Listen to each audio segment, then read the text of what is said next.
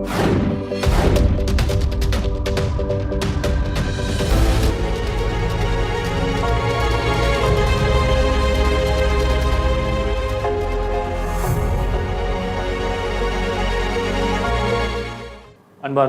Joy TV நேயர்களே, உங்களுக்கு இந்த நாளிலும் கூட இந்த சாம்பலிலிருந்து சிங்காரம் இந்த நிகழ்ச்சியின் வழியாக மறுபடியும் உங்களை சந்திப்பதிலே நாங்கள் மிகுந்த மகிழ்ச்சி அடைகிறோம். இந்த சாம்பலிலிருந்து சிங்காரம் இந்த நிகழ்ச்சியில் அநேக பரிசுத்தவான்களை நாம் பார்த்து கொண்டு வருகிறோம். இந்த நாளிலும் கூட அப்படிப்பட்ட ஒரு விசேஷித்த ஒரு தேவ மனுஷனை தான் நாம் பார்க்க இருக்கிறோம். ரெவரண்ட் ரவி டேனியல் ஐயா அவர்கள் நம்ம மத்தியில் வந்திருக்கிறாங்க. அவர் இந்த நாளிலே அவருடைய சாட்சியை அவர் பகிர்ந்து கொள்ளும்படியாக வந்திருக்கிறார். என்ன, நீங்கள் ஆவலோடு கூட இருக்கிறீங்களா? நாங்களும் ஆவலோடு கூட இருக்கிறோம். வாங்க நிகழ்ச்சிக்கு போகலாம்.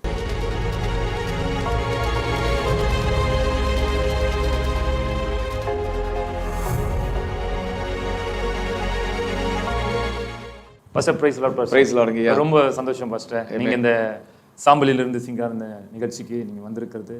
இந்த ஒரு பிஸியான ஒரு ஷெடியூலு எல்லாம் உங்களுக்கு அநேக ஊழியங்கள் இருக்கிறது. ஆனால் இந்த நேரத்தில் நீங்கள் அழைத்த பொழுது நீங்கள் இந்த நிகழ்ச்சியில் வந்து உங்களுடைய சாட்சியை பகிர்ந்து கொள்ள வேண்டும் என்று சொல்லி நீங்கள் வந்திருக்கீங்க. ரொம்ப சந்தோஷம். தேங்க்யூ. உங்களை அன்போடு கூட வரவேற்கிறோம் ஜாய் டிவி சார்பாக. இந்த நாளில் ஃபஸ்ட்டு நீங்கள் பிறந்தது எங்கே, நீங்கள் வளர்ந்தது எங்கே, நீங்கள் ஆண்டவராக இயேசு கிறிஸ்துவை ஏற்றுக்கொள்வதற்கு முன்பதாக உங்களுடைய வாழ்க்கை எப்படி இருந்துச்சு, அதை ஜாய் டிவி நேயர்களுக்கு உங்களை நீங்கள் அறிமுகப்படுத்தி. கர்த்தருக்கு ஸ்தோத்திரம். கர்த்தருடைய நாமம் மகிமைப்படட்டும். ஆண்டவராக இயேசு கிறிஸ்து நாமத்தினாலே உங்கள் யாவருக்கும் ஜாய் டிவி நேயர் யாருக்கும் அன்பின் வாழ்த்துக்களை நான் தெரிவித்துக் கொள்கிறேன். கர்த்தருக்கு ஸ்தோத்திரம் உண்டாவதாக. முதலாவது பார்க்கும்போது, ரட்சிக்கப்படுவதற்கு முன்பாக சாதாரணமான ஒரு ஹிந்து குடும்பத்தை சார்ந்தவன். சாதாரணமான ஒரு ஹிந்து குடும்பம். ரொம்ப வைராக்கியமாக இருப்பேன். நிறைய அந்த கோயில்களுக்கு நான் செல்லுவேன். என் குடும்பத்திலேயே பார்க்கும்பொழுது மற்றவர்களை காட்டிலும் நான் தான் அதிகமாக கோயிலுக்கு அதிகமாக போவேன். போயிட்டு பக்கத்தில் என் வீட்டு பக்கத்தில் இருக்கிறதான கோயிலுக்கு வாரம் சனிக்கிழமை சென்று 18 முறை சுற்றுவது, 108 முறை சுற்றுவது போன்ற பயங்கரமான வைராக்கியமாக இருந்தேன் இந்துவில். அதே போல் என்னுடைய வீடு வந்து பார்க்கும்பொழுது அண்ணா நகர் பகுதியிலிருந்து நங்கநல்லூர் பகுதிக்கு வந்து அங்கே இருக்கிறதான பெரிய ஒரு 24 அடி சிலை, ஆஞ்சநேயர் சிலை இருக்கும். அந்த கோயிலுக்கு மாதம் ஒரு முறை வந்து 18 முறை சுற்றுவேன். சுற்றி அதை வழிபட்டு விட்டு மறுபடியும் செல்லுவேன். ரொம்ப அதிகமான வைராக்கியம் இந்துவில். அப்போது என்னுடைய காலேஜ் பார்க்கும்பொழுது எங்கள் அரும்பாக்கத்தில் இருக்கிறதான ஒரு கல்லூரியில் நான் படித்தேன். 2002 என்னுடைய படிப்பை நான் முடித்தேன் காலேஜில். அப்போது என்னுடைய தாய் தகப்பனார், எனக்கு ஒரு சகோதரன் உண்டு. நான் அந்த கடைசி பையன். சரிங்க. அப்போது காலேஜ் முடிச்சாச்சு. காலேஜ் முடிச்சோன்னே அப்பா என்ன சொன்னாங்கன்னா, டிப்ளமா இன் கோஆப்ரேட்டிவ் மேனேஜ்மெண்ட் அதை படிக்கலாமே அப்படின்னு சொல்லிட்டு என்ன சொன்னாங்கன்னா, அண்ணா நகரில் இருக்கிறதான அந்த கல்லூரிக்கு சென்று போய் அப்ளிகேஷன் ஃபார்ம் வாங்கிட்டு வா, அப்ளை பண்ணு, கோஆப்ரேட்டிவ் பேங்க்கில், கூட்டுறவு வங்கியில் நல்ல ஒரு வேலை கிடைக்கும் அப்படின்னு சொன்னாங்க. ஸோ நான் போனேன். இதெல்லாமே 2002 நடக்கிறதான சம்பவங்கள். காலேஜ்னால் உங்களுக்கு நல்லாவே தெரியுமே. ஆமாம். காலேஜில் எல்லாம் பசங்க எப்படி இருப்பாங்க, எல்லோரும் ஜாலியாக இருப்பாங்க, எல்லாம் பயங்கர உலக பிரகாரமான காரியங்கள் எல்லாமே இருக்கும். கல்லூரி நல்லா தானே. ஆமாம். உலக வாழ்க்கையை கற்றுக்கொள்வது தான் கல்லூரி. அப்படிப்பட்ட எல்லா நல்ல ஃப்ரெண்ட்ஸ் எல்லாருமே நாங்கள் வந்து NSS நேஷ்னல் சர்வீஸ் ஸ்கீம் அதில் வந்து நாங்கள் வந்து இருந்தோம். அதில் நிறைய அவார்ட்லாம் வாங்கியிருக்கிறோம். பிளட் டொனேஷன் கேம்ப், காலையில் பிளட் கொடுப்போம், நைட்டு தண்ணி அடிப்போம். பொது சேவையும் பண்ணுவீங்க, பயங்கரமான காரியங்கள், உடலையும் கெடுத்துக்கொள்வீங்க. ஆமாம், ரொம்ப அந்த நாட்களில். அப்போ அந்த காரியங்கள் கர்த்தருக்கு ஸ்தோத்திரம். காலேஜ் முடிஞ்சு எல்லாம் நல்லபடியாக காலேஜ் முடிஞ்ச பிற்பாடு இந்த அண்ணா நகர் கல்லூரியில் போய் ஃபார்ம் கேட்கும்போது ஃபார்ம் இல்லைன்னு சொல்லிட்டாங்க. நீங்கள் காஞ்சிபுரம் போங்க, காஞ்சிபுரத்தில் போனீங்கன்னா அங்கே இருக்கிறதான மேலாண்மை கல்லூரியில் உங்களுக்கு வந்து ஃபார்ம் கிடைக்கும். அதுவும் இன்றைக்கி தான் கடைசி நாள் அப்படின்னு சொல்கிறாங்க. அது அநேகமாக 31 கடைசி நாள் நான் நினைக்கிறேன். அப்போ காலேஜ் என்ன பண்ணுறேன், நான் காலையில் போகிறேன். இங்கே கோயம்பேடில் பஸ் ஏறி காலேஜுக்கு போகிறேன். போயிட்டு அவங்க என்ன சொல்லிட்டாங்க, ஃபார்ம் கொடுத்து இன்றைக்கி ஈவினிங் 5 o'clock நீங்கள் என்ன செய்யணும், அப்ளிகேஷன் ஃபார்ம் சப்மிட் பண்ணணும். அப்போ தான் நாங்கள் எடுப்போம். நாளைக்கு கொண்டு வந்தீங்கன்னா எங்களுக்கு தெரியாது, நாங்கள் வாங்க மாட்டோம்னு சொல்லிட்டாங்க. சரி, மறுபடியும் ரிட்டர்ன் வந்துட்டு காலேஜில் நான் படித்த கல்லூரியில் என்ன பண்ணேன், டிகிரி சர்டிஃபிகேட் அது டிசிலாம் வாங்கி அதை எடுத்துக்கொண்டு அதன் பிற்பாடு என்னுடைய சகோதரனை அழைத்து கொண்டு பைக்கில் என்ன பண்ணோம், இங்கேருந்து காஞ்சிபுரம் போயிட்டு அன்றைக்கி 4:30 போல் என்ன பண்ணிவிட்டு போய் சப்மிட் பண்ணிட்டேன். ஒரே நாளில் பண்ணிட்டு வந்தாச்சு. 2002 ஜூலை மாதத்தில் நான் போய் காஞ்சிபுரத்தில் என்ன செய்கிறேன்னா, அந்த கல்லூரியில் படிக்கிறேன். மேலாண்மை கல்லூரி, மேனேஜ்மெண்ட் கோர்ஸ், கோஆப்ரேட்டிவ் மேனேஜ்மெண்ட். அங்கேயே ரூம் எடுத்தோம். கலெக்டர் ஆஃபீஸ்க்கு ஏற்ற மாதிரி தான் அந்த காலேஜ் இருக்குது. கலெக்டர் ஆஃபீஸ் பக்கத்துலேயே என்ன பண்ணேன், நான் ரூம் எடுத்தேன். அப்போது அந்த காலேஜில் கிளாஸ் போனேன். ஃபஸ்ட்டு ஒரு வாரம் அந்த கல்லூரிக்கு போயிட்டு வரத்துமா இருந்தேன்.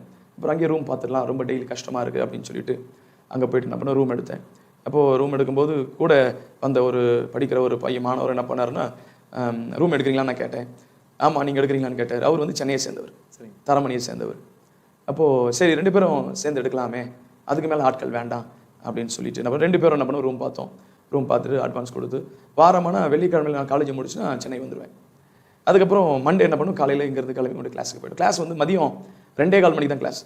கிளாஸே வந்து 3 hours தான் கிளாஸ். அது 8 months 9 month கோர்ஸ் தான் அது. அதை படித்து முடிச்சோன்னா நமக்கு கோஆபரேட்டிவ் பேங்க்கில் நமக்கு வேலை கிடைக்கும். அப்புறம் என்ன ஆச்சுன்னா, நான் ரூம் எடுத்தோம், தங்கணும். எல்லாம் 1 மாதம் நல்லபடியாக போச்சு. எல்லாம் கிளாஸில் இருக்கிற எல்லாருமே என்கிட்ட வந்துடுவாங்க. கொஞ்சம் நான் நீட்டாக ட்ரெஸ் பண்ணுவேன். ஏன்னா எங்கள் அம்மா எனக்கு நல்லா ஸ்பெஷலாக ட்ரெஸ் எடுத்துகிட்டு வருவாங்க. நல்லா பளிச்சு, நல்லா பயங்கரமாக இருக்கும், நல்லா அழகாக இருக்கும், பார்க்க நீட்டாக இருக்கும். ஸோ கிளாஸில் போகும்போது நான் ஷூலாம் நல்லா மாட்டிட்டு என்ன பண்ணுவேன், நல்லா நீட்டாக போகும்போது ஒரு நாள் டக்கின் பண்ணலனாலும் ஃப்ரெண்ட்ஸுங்க வந்து கேட்பாங்க, என்னங்க இன் பண்ணலையா இன்னைக்கு ஷர்ட்டு அப்படின்வாங்க. எல்லாம் நல்லா அந்த அளவுக்கு உங்களை வாட்ச் பண்ணுவாங்க. ஆமாம், என்னுடைய பேச்சு அதே மாதிரி. அங்கே இருக்கிற கொஸ்டின் கேட்கும்போது பட்டு நம்ம ஆன்சர் சொல்லிவிடுவோம். அங்கே இருக்கிற எல்லாருமே கிராமத்தை சேர்ந்த ஆட்கள், என்னால் என்ன ரொம்ப நல்லா பார்த்துப்பாங்க, ரொம்ப அதிகமாக விசாரிப்பாங்க, எல்லாருமே நல்லா பேசுவாங்க. அப்போது 2 மாதம் நல்லா போச்சு. அப்போ ஒரே ஒரு ஃப்ரெண்டு மட்டும் என்ன பண்ணாருன்னா, ரொம்ப நாளாக கூப்பிட்டுருந்தார், வாங்க எங்கள் ரூமுக்கு வாங்க, எங்கள் ரூமுக்கு வா, ஒரு நாள் வந்து எங்கள் ரூமில் வந்து பேசிட்டு போகலாம் அப்படின்னாரு. இல்லைப்பா ரூமுக்கு நான் வரல அப்படின்னு. சரி கோயிலுக்கு போகலாம், அங்கே இருக்கிற காஞ்சிபுரம் அம்மன் கோயிலுக்கு என்ன பண்ணோம், போனோம். போயிட்டு எல்லாம் வழிபட்டுட்டு எல்லாத்தையும் மறுபடியும் என்ன பண்ணோம், கிளாஸுக்கு வந்துட்டோம். எனக்கும் என் காலேஜுக்கும் இருக்கிற டிஸ்டன்ஸ் பார்த்தீங்கன்னா ஒரு 3 minutes 3 to 4 minutes நான் காலேஜ் போயிடலாம், வாக்கபிள் டிஸ்டன்ஸ், ஒரு ஸ்ட்ரீட்டு. அப்போ ஒரு நாள் வந்து அந்த குறிப்பிட்ட நபர் சுலைமான் பேர், அப்போ அவர் வந்து மறுபடியும் நான் வந்து கூப்பிட்டுட்டு வா இன்னைக்கு என் ரூமுக்கு போகலாம், இன்னைக்கு கிளாஸ் தான் சீக்கிரமாக முடிஞ்சிடுச்சு, நீ ரூமுக்கு போய் என்ன பண்ண போகிற அப்படின்னு. சரி நான் ரூம்மேட்டை கேட்டேன், செகண்ட் போகலாமா அப்படின்னு. சரி போகலாம் அப்படின்னு. சரி நடந்தே போகலாம், ஏன்னா பஸ் பிடிக்கிறது வந்து நாங்கள் வந்து மறுபடியும் காஞ்சிபுரம் பஸ் ஸ்டாண்டு போயிட்டு அப்படி போனோம்.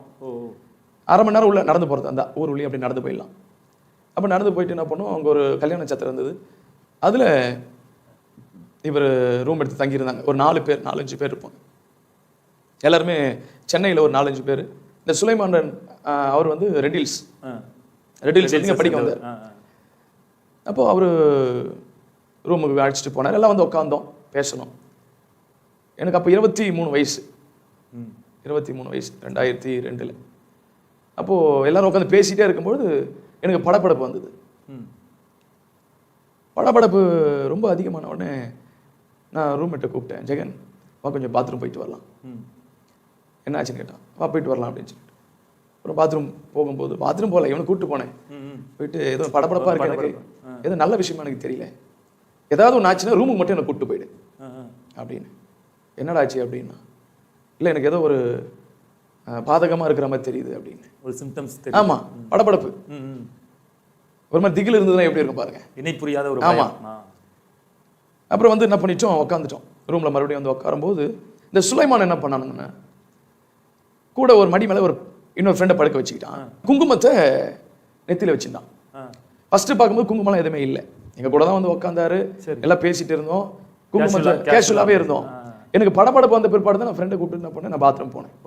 சொல்லி என்ன பண்ணேன், அடிச்சுட்டு வந்துட்டேன். அதன் பிற்பாடு என்ன ஆச்சுன்னா, நாங்கள் வந்து பார்க்குறோம் அவனுடைய உட்கார்ந்து இருக்கிற ஸ்டைலும் சரியில்லை. இவனை மணி மேலே போட்டுட்டு அவன் மேலே கையை வச்சுட்டு குங்குமத்தை வச்சுட்டு உட்காந்துருக்கிறாரு. சரி தோத்துறோம். மணி 7:45 ஆச்சு.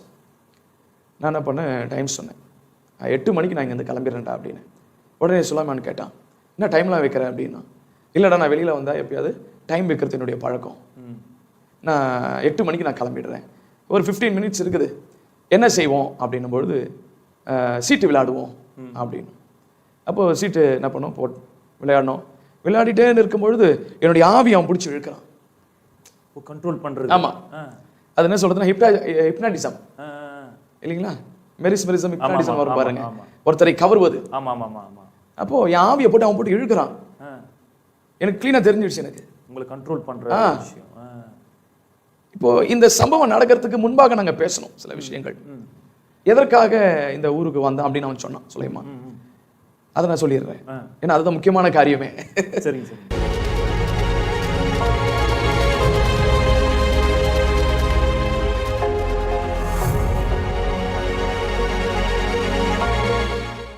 அன்பிற்குரிய ஜாய் டிவி நேயர்களே, உங்கள் ஜாய் டிவி திங்கள் முதல் வெள்ளி வரையிலும் தினமும் மாலை 5 மணி முதல் 6 மணி வரையிலும் சாம்பலில் இருந்து சிங்காரம் இந்த நிகழ்ச்சி ஒளிபரப்பப்படுகின்றது. காணத் தவறாதீர்கள்.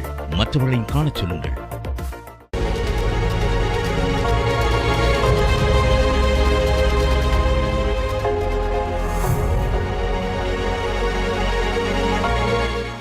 அதுதான் முக்கியம். அப்போ அவன் சுலைமான் சொன்னான், நான் இந்த ஊருக்கு வந்தது படிக்கிறதுக்காக வரல, நான் வேற ஒரு விஷயத்துக்காக வந்தேன் அப்படின்னா. நான் சொன்னேன், என்ன எதுக்காக வந்தேன்? இல்லை, நான் இந்த காஞ்சிபுரம் என்னுடைய கண்ட்ரோலுக்கு கொண்டு வர போறேன் அப்படின்னா. நான் அப்போ வைராக்கியத்தில் இருக்கிறவன், அதெல்லாம் உன்னால முடியாது. உன்னால எப்படி முடியும்? அதெல்லாம் சும்மா காத, உன்னால செய்ய முடியாது அப்படின்னு. இல்லை, செய்ய முடியும், அதுக்காக தான் நான் வந்திருக்கிறேன் அப்படின்னா. அப்போ நான் கேட்டேன், சரி செய்ய முடியும்னா என்னென்ன நீ ப்ரொசீஜர், என்னென்ன காரியங்களை செய்யணும் அப்படின்னு கேட்கும்பொழுது 10 சக்திகளை அடக்கணும்னா, 10 சக்திகளை அடுக்கணும். காஞ்சிபுரம் ஊர் முழுவதும் தூங்கின பிற்பாடு விடிய காலையில் யாரும் வெளியே இல்லாத நேரத்தில் அந்த காரியத்தை செய்ய முடியும் அப்படின்னா. இதை கேட்கறதுக்கு நிறைய பேர் கொஞ்சம் வித்தியாசமாக இருக்கும். சில பேர் சொல்லுவாங்க, கதை விடுறாரா அப்படின்னுவாங்க. சாட்சிகள் என் கூட இருக்கிற ஆட்கள்லாம் இருக்கிறாங்க. அப்போது நான் சொன்னேன், சரி நீ சொல்லு என்ன ப்ரொசீஜர் சொல்லணும். இந்த ப்ரொசீஜரை சொல்லிட்டான். சரி, அந்த 10 சக்தியில் நீ அடக்கிட்டியான்னு கேட்டேன். அவன் சொன்னான், இல்லை 2 தான் முடிச்சிருக்கிறேன் அப்படின்னா. சரி, 3வது என்னது அப்படின்னு கேட்டேன். நீதாண்டா அது அப்படின்னா. நீதான் அது அப்படின்னு ஒன்று எனக்கா வாரி போட்டுச்சு எனக்கு. தோத்துறான் ஆண்டவர், இப்போ தோத்துறான். அப்போ பயம், அப்போ ஒன்றுமே பயம். அப்புறம் என்ன பண்ணேன், என்னுடைய பயத்தை அவனுக்கு காமிக்கல. நல்லா பண்ண முடியாது போட அப்படின்னு. இல்லை முடியும் அப்படின்னா. அதுக்கப்புறம் தான் டைம் வச்சேன். என் ஆவி அவன் பிடிச்சி இழுத்தான். சீட்டை விளையாடிக்கிட்டே இருக்கிறேன். என் ஆவி அவன் பிடிச்சி இழுக்க நான் அழுகுற நிலைமைக்கு போனேன். அப்போது அழுகுற நிலைமைக்கு போன டைமை பார்த்தேன், மணி 8:15. சீட்டை தூக்கி போட்டு வெளியில் வந்துட்டேன். என் உடம்பெல்லாம் எப்பவுமே என் உடம்பு ரொம்ப சூடாக இருக்கும். அப்படியே நடுங்க ஆரம்பிச்சிருச்சு. அவ்வளோ சில்னஸ் ஆகிடுச்சு உடம்பு, அவ்வளோ சில்லுன்னு ஆகிடுச்சு. அதுக்கப்புறம் என்ன பண்ணுறதுன்னு தெரியல. வெளியில் வந்து நிற்கிறேன், எல்லாம் வந்துட்டானுங்க.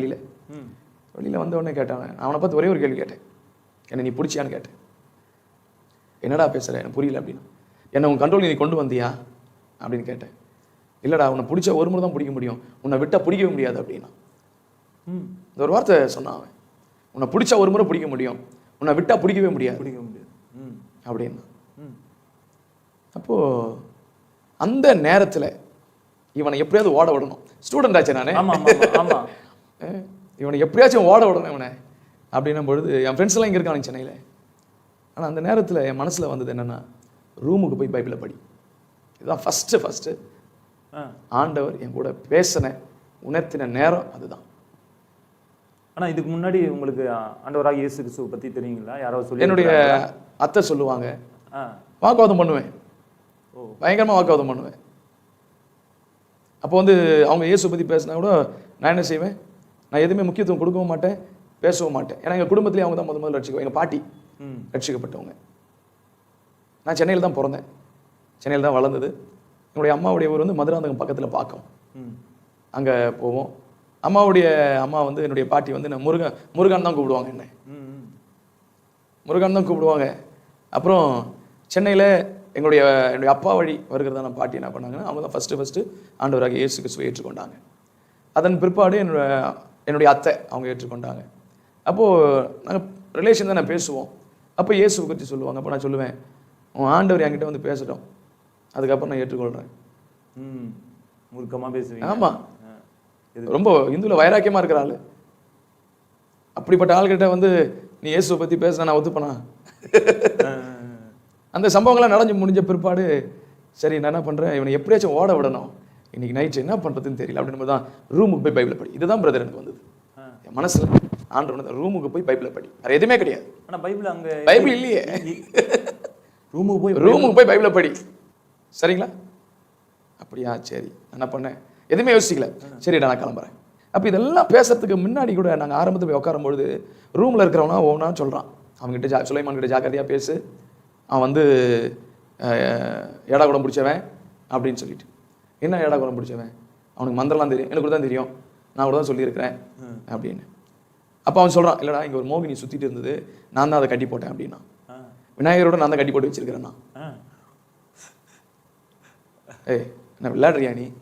கடவுளை எப்படா கட்டி போட முடியும்? நான் கட்டி போட்டு வச்சிருக்கிறேன். நான் சொன்னா செய்யும். அப்பயும் உங்களுக்கு ஒரு கேள்விக்குறி வந்துடுச்சு. ஒரு கடவுளை ஒரு மந்திரவாதி ஆட்டி படைக்க முடியுமா? கட்டுப்படுத்த முடியும்னா முடியாது இல்லையா?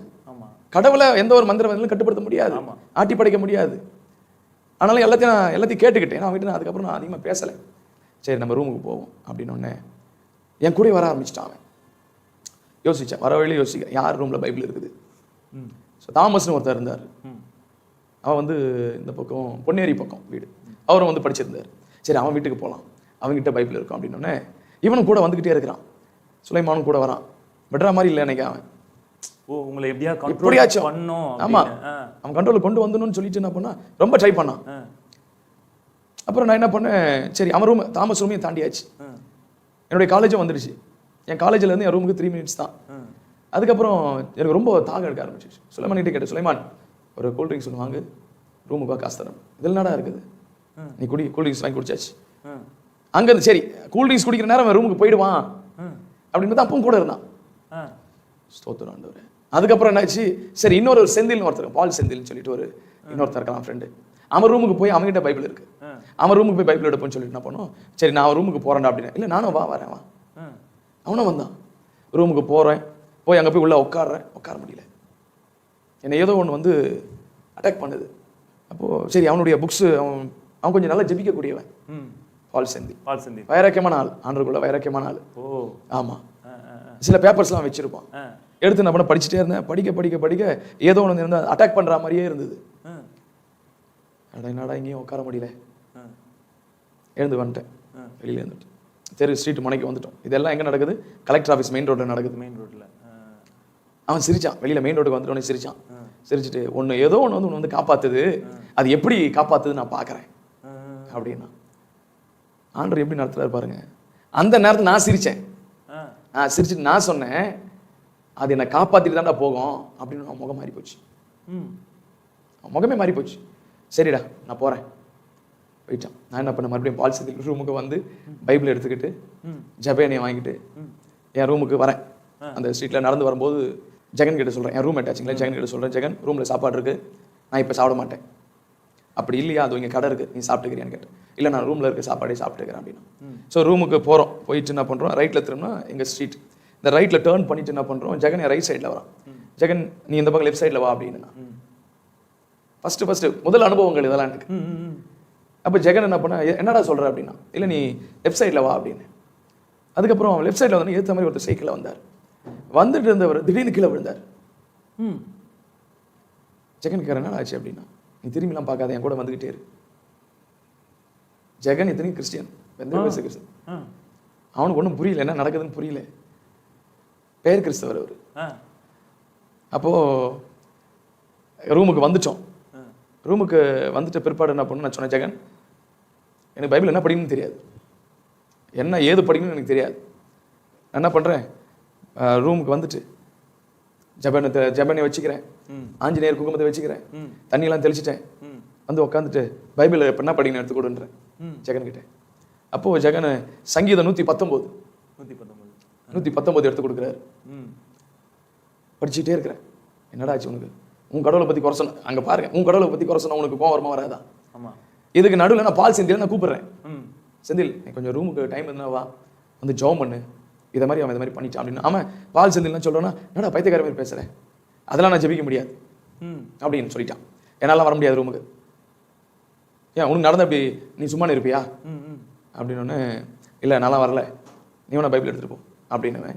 சங்கீதம் 119 படிக்க ஆரம்பித்தேன். நைட்டு ஒரு 10:30 இருக்கும், 10:11 இருக்கும் நைட்டு. படிக்க ஆரம்பித்தேன். படிக்க உன்னத பாட்டு வந்துடுச்சு. எனக்கு உன்னத பாட்டு தெரியாதப்போ, என்னடா எதோ இருக்குதுடா இதில் அப்படின்னு, என்னென்னமோ இருக்குதுடா இதில் அப்படின்னு. முதல்ல இருந்து படி அப்படின்னா சங்கீதம் 1ல இருந்து வாசிக்க ஆரம்பித்தேன். வாசித்துட்டு இருக்கும்போதே கதவு திறக்குதுங்க, கதவு சத்தம் கேட்குது, தட்டுற சத்தம். எங்களுக்கா இங்கே பயம், என்னமோ நடக்க போகுது. அங்கே அந்த லாக்கு ஆடுது. நான் சொல்கிறேன், நான் முழிக்கிறேன், நான் ஏற்கனவே நான் பயந்து போயிருக்கிறேன். இதில் வேற வந்து அங்கே டொக்கு சத்தம், அந்த இது லாக்க வேற இது பண்ணுறான் அவன். அப்புறம் ஜெகன் இரு நீ பயப்படாத இரு, நான் போய் பார்க்குறேன்னு பார்த்தா பால் செல்வி வந்து நிற்கிறான். அட நீ தானடா சத்தம் கொடுக்கூடாது ஒரு வார்த்தை. அப்புறம் உள்ளே வந்தாச்சு, வந்து உட்காந்து என்னடா ஆச்சு அப்படின்னா, நான் சொல்கிற நேரத்துக்கு நீ ஜெபம் பண்ணு அப்படின்னு. அவன் என் பேச்சை கேட்கவே இல்லாமல் அவன் வந்தவன் என்ன பண்ணான்னு தெரியுங்களா, டைம் கிளாக்கை திருப்பி வச்சுட்டான். ஏன்னா 12 மணிக்கு ஜாப் பண்ண சொல்ல போகிறேன் அப்படின்னு சொல்லிட்டு டைமை வந்து 15 மினிட்ஸ் பிஃபோராக வச்சுட்டாரு. நான் டைமில் எதுவுமே பார்க்கலங்க. டைம் பீஸ் அவன் திருப்பந்தையோ எதுவுமே நான் பார்க்கல. ஜெகநாதத்தையும் நோட் பண்ணான்.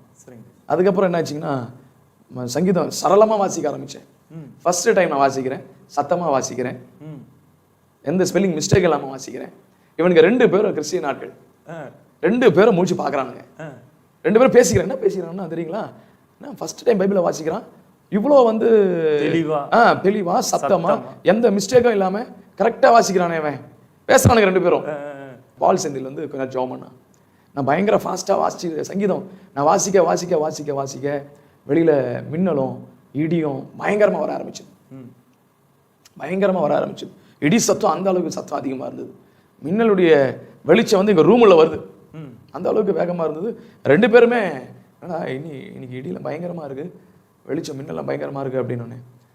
இவனுக்கு தான் குசும்புக்கார ஆட்கள் ஆச்சுங்களே. டேய் வாடா பாத்ரூம் அது வெளியே போயிட்டு வரலாம். நானுங்க டேய் இந்த மாதிரி நேரத்தில் வெளியே போகக்கூடாது அப்படின்னு அவனுக்கு கேட்கல. சரி வாங்க போயிட்டு வருவோம். போயிட்டு உள்ளே வந்துட்டோம். வந்துட்டு மறுபடியும் நான் என்ன பண்ணுறேன், சங்கீதத்தை வாசிக்கிறேன். தொடங்குறீங்க. பாதியில் விட்ட பாதியிலேருந்து மறுபடியும் கண்டினியூவேஷன். விடலை அன்னைக்கு ஃபுல்லாக வாசிச்சிருந்தேன். ஆமாம், படித்து முடிக்கிறன்ற எனக்கு எண்ணமே இல்லை பிரதர். அது படிக்கணுன்ற எண்ணம் தான் இருந்ததே தவிர அதை படித்து முடிக்கணுன்ற எண்ணம் எனக்கு இல்லை. பைபிள் வாசிக்கிறேன் அவ்வளோதான். அதில் என்ன இருக்குன்னு கூட எழுதுன்னு எனக்கு தெரியாது அப்போ. ஆனால் படிக்கிற காரியங்கள் எல்லாமே ஒன்று வெளியே நடக்குது. கர்த்தர் யுத்தம் செய்யும் போது வெளியே போகக்கூடாது. இது பைபிள் இருக்கு. ஆனால் அப்போ எனக்கு தெரியாது. கூட இருக்கிறவங்களுக்கு தெரியணும்ல. அப்புறம் என்ன ஆச்சுங்கன்னா வாசிக்க நான் 3 மணிக்கு முடிச்சேன் பிரதர். 3 மணிக்கு என்ன பண்ணேன், கம்ப்ளீட் பண்ணி நான் உட்காந்து சுலைமான் வந்து ஆண்டுகிட்ட மன்னிப்பு கேளுன்னு சொல்கிறேன். என் ரூமில் உட்காந்து சுலைமான் ஆண்டுகிட்ட வந்து மன்னிப்பு கேளு அப்படின்ற. 4 மணிக்கு சவுண்ட் ஸ்லீப், நல்ல தூக்கத்துக்கு போனால் 4 மணிக்கு மழை வந்தது. காலையில் எழுந்த உடனே ஜெகன் கிட்ட சொன்னேன், ஜெகன் இவனுங்க வந்து என்கிட்ட சொல்லுவானுங்க பைபிள் படித்தேன் நான் வந்து கேட்பான் பாறேன் அப்படின்னு. மத்தியானம் கிளாஸுக்கு போனோம். கிளாஸில் போனால் சுலைமான் ரூமில் இருக்கிற ஒரு பையனும் வரல கிளாஸ். நான் பார்க்குறேன் என்ன இவங்களுக்கு ஒருத்தனோட அழகானோம் அப்படின்னு. 2:15 கிளாஸுக்கு 2:30 மணிக்கு வரானுங்க. அது எத்தனை பொட்டு, 4 பொட்டு தலையில், 4 பொட்டோட வரானுங்க. கிளாஸில் வந்து உட்காந்துட்டானுங்க. நான் பால் செந்தில்கிட்ட கேட்குறேன், செந்தில் நான் இந்த நேரத்தில் என்ன நான் சொல்லணும் வாயில். அப்போ அவனுக்கு சொல்லி கொடுத்தான், இயேசுவின் ரத்தம் ஜெயம், இயேசுவின் நாமத்தால போ பிசாசே. இந்த வார்த்தை கடைசியில் என் வாயில மந்திரமா மாறி போச்சு. கிளாஸ்ல உட்காரும் போது சொல்லி இருக்கிறது. அவன் சுலைமான் என்ன பார்த்துக்கிட்டே இருக்கிறான். நான் சொல்றேன் இதை சொல்லிக்கிட்டே இருக்கிறேன். சுலைமான் என்ன பார்த்துக்கிட்டே இருக்கிறான் பின்னாடி இருந்து. சரி இன்டர்வல் டைம் வந்தது. வந்து அவன் கிட்ட வந்தோடனே கையை கொடுப்போம் இல்லைங்களா, பட்டாலும் தட்டினான். தட்டும்போதே இங்கே ஏதோ ஒரு ஃபீல் ஏற்பட்டது எனக்கு. என் உடம்புல நடுங்க ஆரம்பிச்சிச்சு. முந்தின நாள் வரைக்கும் என் உடம்பு நடுங்காது. அவனை பார்க்கும்போது நார்மலாக பேசுகிறேன், பழகிறேன், எல்லாமே பண்ணேன். ஆனால் இப்போது அவன் கிட்ட வரும்போது என் உடம்பு நான் குளிர் எடுக்க ஆரம்பிக்குது, நடுங்க ஆரம்பிக்குது. எனக்கு ஒன்றும் புரியல. அப்போ சுலைமான் வந்து கேட்டான், என்ன பைபிள் படிச்சியா அப்படின்னா. நான் பைபிள்லாம் படிக்கல, செந்தில் தான் ஜெபம் பண்ணா அப்படின்னு. இல்லை நாங்கள் யாருமே நைட்டு ரூமில் தூங்கலை, எங்களை தூங்க விடலை. அது யாரு? சுலைமானும் அவன் கூட ஃப்ரெண்ட்ஸ் ரூமில் இருக்கிற ரூம்மேட்ஸும் எல்லாரும் அலறி அடிச்சுன்னு ஓடிட்டோம். யாருமே ரூம்ல இல்லை. அது வந்து எங்களை மன்னிப்பு கேளுன்னு சொல்லுது. மன்னிப்பு கேளு வந்து அப்படின்னு சொல்லுது. 4 மணிக்கு நான் மழையை வர வச்சேன். அதுக்கப்புறம் தான் நாங்கள் ரூம்லேயே வந்து படுத்தோம். அப்படியாடா சரி அப்படின்னு. நீ எப்போ வர என்கிட்ட அப்படின்னா. நான்லாம் வர முடியாது. மறுபடியும் உன்னை நான் வந்து காஞ்சிபுரம் கோயிலில் இருக்கும்போதே உன்னை நான் வந்து கட்டுப்படுத்தணும்னு பார்த்தேன், முடியல, தப்பிச்சிட்ட. நீ இப்போ வந்து வீட்டில் வந்து பண்ணணும்னு பார்க்குறேன், நீ அதையும் தப்பிச்சிட்ட, ஒழுங்காக என்கிட்ட வந்துடு அப்படின்னா. அப்போ நான் சொன்னேன், ஆண்டவர் என்ன உங்ககிட்ட கொடுத்தாருன்னா எடுத்துக்க. ஒரு வைராகியம் வந்துடுச்சு. ஆண்டவர் என்ன உங்ககிட்ட கொடுத்தா எடுத்துக்க அப்படின்னு. நான் ஆண்டவரையும் பார்க்குறேன், யாரையும் பார்க்குறேன் அப்படின்னா. நான் வீட்டுக்கு வந்துட்டேன். இந்த சம்பவங்கள் என் வீட்டுக்கு யாருக்குமே தெரியாது. வீட்டுக்கு சென்னையில் யாருக்குமே தெரியாது.